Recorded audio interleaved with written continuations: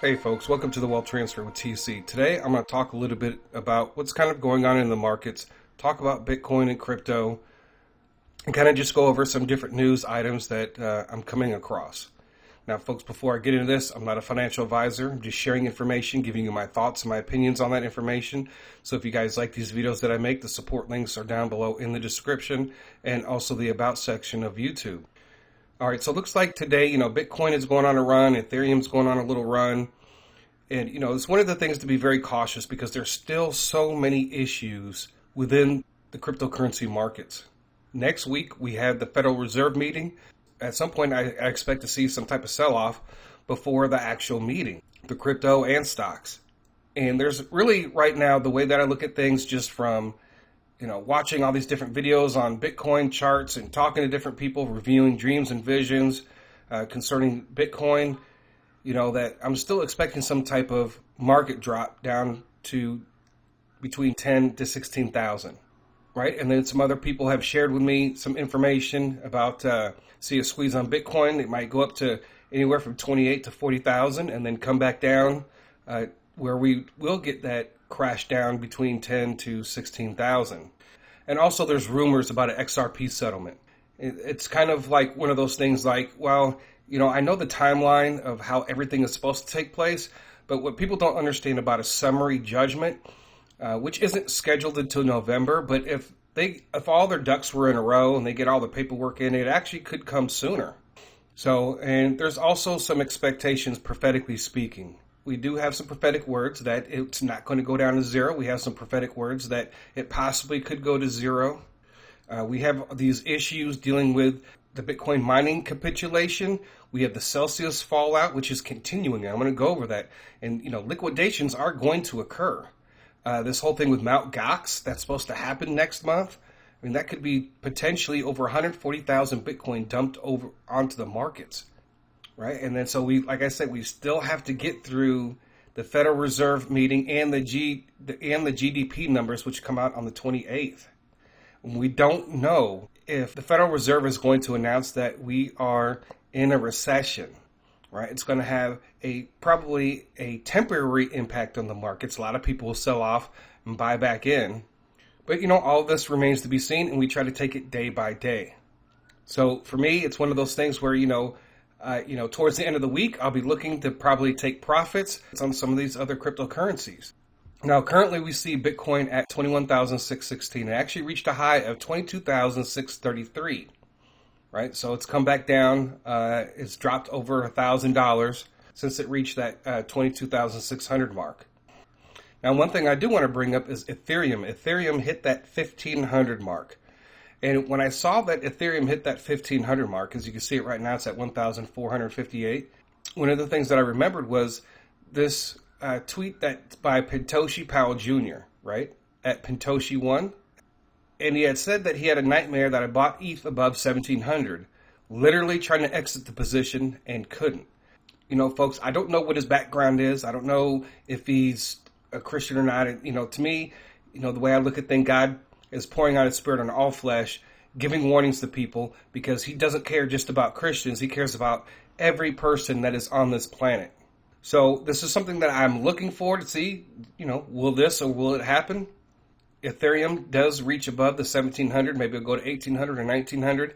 He had bought it at 1,700, and then he was trying to literally exit the position, but couldn't, right? I had a nightmare that I bought ETH above 1,700, literally trying to exit the position and couldn't. So maybe he decided that to buy some Ethereum above 1,700, and then as soon as he bought it, then something happened. Maybe when it went to 1,800 or maybe it goes to 1,900, and then he was trying to exit the position but couldn't, because maybe something happens where there's a massive drop in Bitcoin.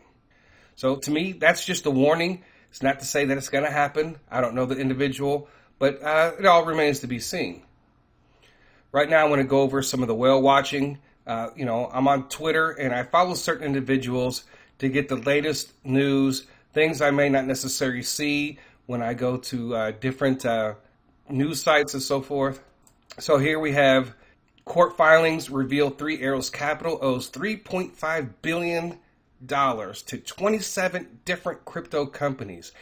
This is why I say, folks, there's still a lot of issues, and 3.5 billion is a lot of money in the crypto industry. Then we have one just in. Court filings reveal Three Arrows Capital founders may have purchased a 50 million yacht with borrowed funds. So that information is still coming out. That remains to be seen. Like I said, it's absolutely insane. Court filings reveal Celsius Network lent $75 million to Three Arrows Capital. And see, that's the whole thing with Three Arrows.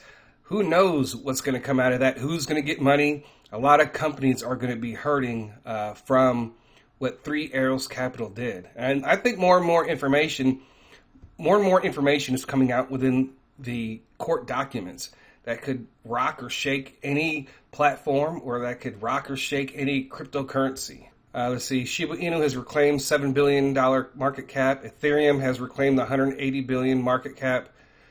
Folks, that's why I say, we have to be very careful at this point. Now, there's money to be made on the ups and downs of this thing, but most people are waiting for these major movements to happen so they can either take profit, because most people are not buying and selling on a daily basis, at least the people that listen to this channel. All right, so I'm going to go ahead and go to unusual whales. 75% of middle-class households say their income is falling behind the cost of living. Now, that's just going to get worse. Netflix has stated that it expects to lose 2 million global subscribers in the second quarter. I don't have Netflix, but I know people who have Netflix, and I swear, the complaints that I get, it's what they show in every single TV series or movie that they make. Nobody just makes a good story anymore. They got to throw in all the woke stuff. They got to throw in, just all types of crazy things in there. You can't even watch it. Some of the stuff most of the stuff on Netflix, you can't even watch with your kids or teenagers.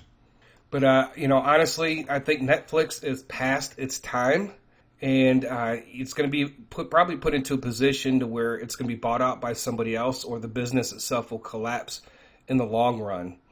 I just don't see it surviving. There was a lot of backlash against Netflix and what they actually put in their programming. Yeah, AMC is up 7%. Let's take a look at the stock. AMC currently is sitting at $16.41. It is actually right now above my average of what I spent on AMC. So AMC right now, so everything is looking pretty good. And hopefully we'll see the short squeeze that many people that have seen, right? Whether it's dreams, visions, or whether it's the world saying it, whatever the case, I do expect this to take off at some point. There's still a lot of shorts in this position. There's a lot of fails to deliver, and folks, the stock market itself, I'm not holding on to very many stocks as an investment.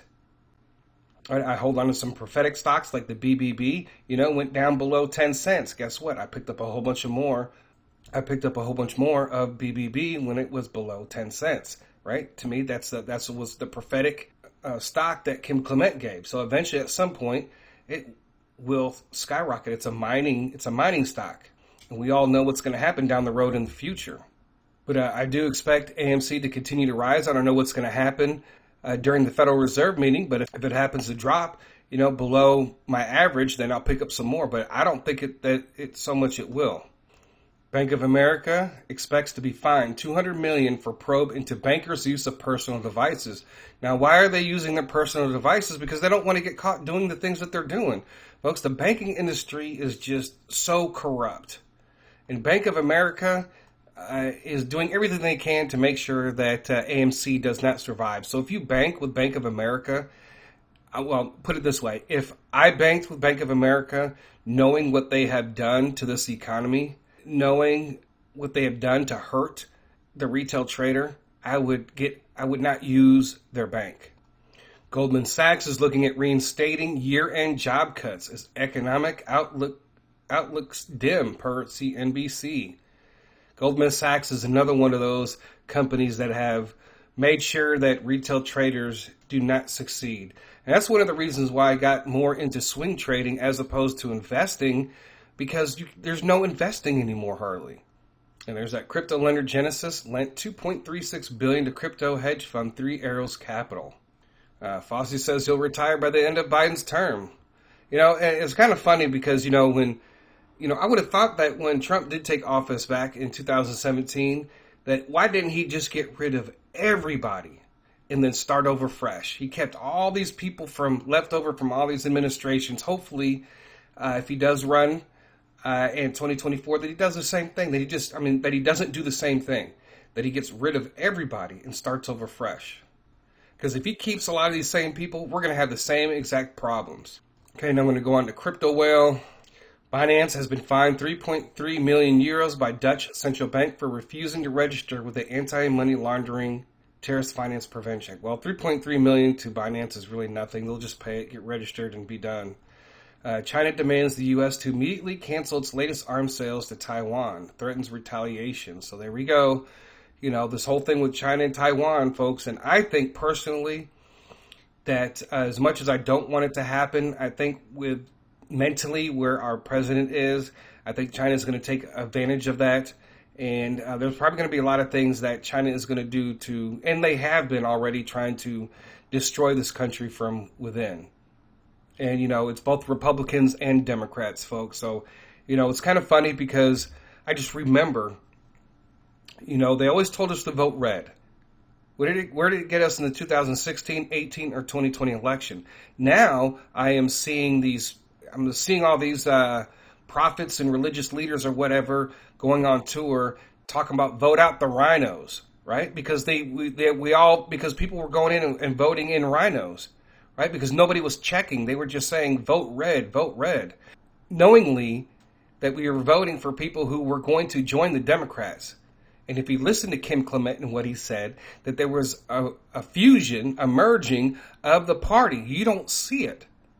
But you can see that the Democrats, they're doing, they always get a number of rhinos to join them. That's why I'm glad what Kim Clement said, that a new party was emerging. He said it wasn't going to be perfect, but he's going to, that God was going to shake the Democrats, but he was going to shake the Republicans even more. And one of the reasons why I see that happening is because if you're a Christian, you're supposed to support everything that we believe in, everything that conservatism stands for. And honestly, folks, that's not the truth. I mean, if you look at what Jesus said about taking care of the poor and the sick and all that, the Republican Party and the conservative parties do not do that, right? Because if they did, then I think that things would be a lot different. But that's just my opinion. Okay, so Crypto Whale said relief rally in progress. As somebody wrote to him and replied, does this mean the relief rally is going to be short-lived? Are we going to see a downward motion anytime soon? He says, yes, exactly. These relief rallies are designed to lure in more suckers before rugging them. They are essentially just exit liquidity for the whales manipulating the entire market behind the scenes. So they want to push up Bitcoin before they know it's going to drop. Right, they get out of their position while you end up holding their bags. Right, just the end, XRP trading value mysteriously jumps 1,500% amid rumors of SEC lawsuit. So that all remains to be seen dealing with XRP. I've heard so many different. Concerning XRP, there's a lot of predictions, and there have been a lot of predictions for many, many, many years. Prophetically speaking, many of those prophecies in 2021 did not pan out at all whatsoever. And this is how crazy this whole thing with 3AC is, right?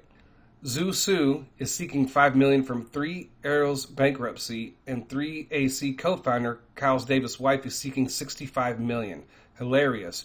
So they want money from this bankruptcy. One of the founders is seeking $5 million for himself, and the co-founder's wife is seeking $65 million when all those people's money is locked up. Folks, I tell you, this is a huge mess. It's gonna take time to resolve. Three Arrows Capital just out here making up loan amounts to spouses on 626. You can't make this stuff up. So he has this picture of making up loan amounts to spouses. So basically what's happening is people are going through all these documents from the Three Arrows Capital court documents, and they're revealing all this information. Who knows what all is going to come out of this? 1,157 pages. Wall Street Silver reports massive Wall Street layoffs feared as banking profits tank. Yeah, the banks are going to be suffering over the next couple of quarters. That's why they say, or that's why people are saying, take your money out of the bank. You might want to start spreading your money around and maybe making some other different financial decisions or other financial moves as far as your finances that are just sitting in the bank. Okay, and let's see, just in crypto exchange, Gemini reportedly laid off an additional 7% of its staff. Now, folks, if you heard my last video that I was going over the different platforms, this is what I'm saying. Gemini is not really safe to store crypto. But the only thing that I have on there right now, besides just $25 worth of Shiba Inu that I bought when it was really low, is my Bitcoin buy limit orders. That's the only thing you should have on your Gemini. And maybe not really put that much on there to begin with. Because if Bitcoin goes to zero and you catch some on Gemini, guess what? I'm transferring all that Bitcoin off of Gemini. I might try to cash some of it out, but I'm going to move most of it off of Gemini. If not all of it, because I don't want Gemini to shut down, shut off all withdrawals, and I have, Bitcoin on there.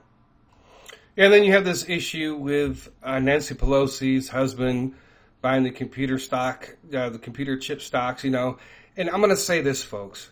Don't make this a Democrat issue. And I'm going to tell you exactly why. Because it's both parties. Unusual Whales, you can go. He's got these massive reports, all these different reports dealing with Republicans and Democrats in their trading. So don't make it seem like it's just about the Democrats, because the reason why things have never changed, because it's both parties doing this. So don't just blame one party, it's both parties. All during this time, during the pandemic, all throughout 2021, Republicans and Democrats have been trading off the stock, making money off of this stock market while everybody else is suffering. They're sitting behind their computers or using whatever insider information to gain. This is why I can't wait for this new party to arise. Unusual Whales just tweeted out 100 basis points rate hike remains the base case for Numero, City, and Socialite generality. All right, so that just all remains to be seen, folks. So going into like this week, let's see where the Dow's at right now. So looking at the Dow, it's down 243 points today. It opened up at 31,475. It reached 31,644. So a lot of people probably FOMO'd in thinking that, their stocks might do very well. And now you can see that it's just tanking. The S&P, down 35 points. NASDAQ Composite down 102. Yeah, they'll get you every Monday morning, right? Especially in this bear market, or just the markets that I've seen, especially like over the last 6 to 8 months. Monday mornings they get you. Everything opens up, it blows out just like, the horses in a racetrack. Then it always comes down. Yeah, so basically that's what I try to do when I'm looking for different news, see what's going on, that's where I get a lot of different thoughts and opinions besides what you guys send me either an email or on Patreon or on Telegram. I get a lot of emails and stuff that you guys send me that I try to go over everything, folks, and I try to get back to everybody as soon as I can, and it's not always easy, so I just want to let you guys know that. So that's what I try to do, is just try to look at all this different information, try to put it all together, and however I put it out to you guys, whether it's on the Patreon or the Discord or through YouTube, I try to give you my thoughts and opinions and try to give you guys the references or where I'm getting the information from. Okay, I do want to go over Sandbox really quick, and we did receive a prophetic word that something was going to happen with Sandbox. Now, it could be, I thought maybe that it could be dealing with something specifically with Sandbox itself. It's actually gone up from when I talked about it at $1.16, and there was plenty of opportunities to make money up and down on the Sandbox as far as shorting it and then getting out of your short position, going with a long position, and that happened over a 3-day period. And then now we've seen it jump up because, Playboy is using Sandbox to help build their Playboy mansion, which I think is, disgusting, but, it is what it is. And then also Tony Hawk, Sandbox is going to be building Tony Hawk's, the biggest skate park in the metaverse or whatever. And for me, folks, I think that the metaverse personally is, to me, there's a lot of people who are in it, right? And I shared with you guys like some of the numbers and like people who use Roblox and also in Minecraft. The Sandbox has a very long way to go in getting people, and they've been doing this for a while, and they have to basically, if they're all these people, they expected all these people to jump into the metaverse, right? And to stay at home and get on the metaverse and all this and all that. But if you weren't playing video games already, it's not going to make you join the metaverse. Now, if you guys remember this article, are you sure that Sandbox and Decentraland can survive that I shared with you? And, you have all these companies that are going to be launching into the metaverse, right? Meta, Microsoft, Apple, Google, Samsung, right? And then you have some of these other companies. And you look at Roblox and Minecraft and the amount of users that they have. And Sandbox actually has about 3 million users now from the last update. And Roblox makes almost $2 billion in revenue a year. Minecraft in 2020 made 415 million. So I don't know what the updated 2021, which would probably be a lot higher since a lot more people were at home. But the way that the metaverse is used, I mean, you're going to have to shift a lot of these people who are already in Roblox and Minecraft. You're going to have to shift them over to the Sandbox. And for them to try to do that over the next however many years, I just don't see it happening. And that's the thing. If you're not playing video games now, you're not just going to jump into the metaverse, right? And if you do play video games, with everything that's going on, do you really have time to be sitting in the metaverse all night? People have to go to work. Some people work 2 jobs, and you think they're going to be buying expensive equipment to get onto the metaverse and just join this alternative reality? It doesn't make any sense to me at all whatsoever. And a lot of these companies are pouring money in the Sandbox, and I just don't think Sandbox has what it takes. And, I don't know what Facebook is thinking. They must think that their billions of users want to go into an alternative universe. Maybe down the road in the future, things will change. Graphics will get better. The way things are done are different, may get better. But generally, people are not going to have the time. If you have to work 40 hours a week plus, right, the only people that are going to be playing this is people who are into video games and people who are addicted to video games and people who have the time to do this if they're not into anything else. So, but those are just my personal opinion. And that's what I didn't understand, like in the beginning, Facebook put all that money in the metaverse and they just basically flushed a ton of money down the toilet, and they should have waited till the markets came down basically to invest into the metaverse.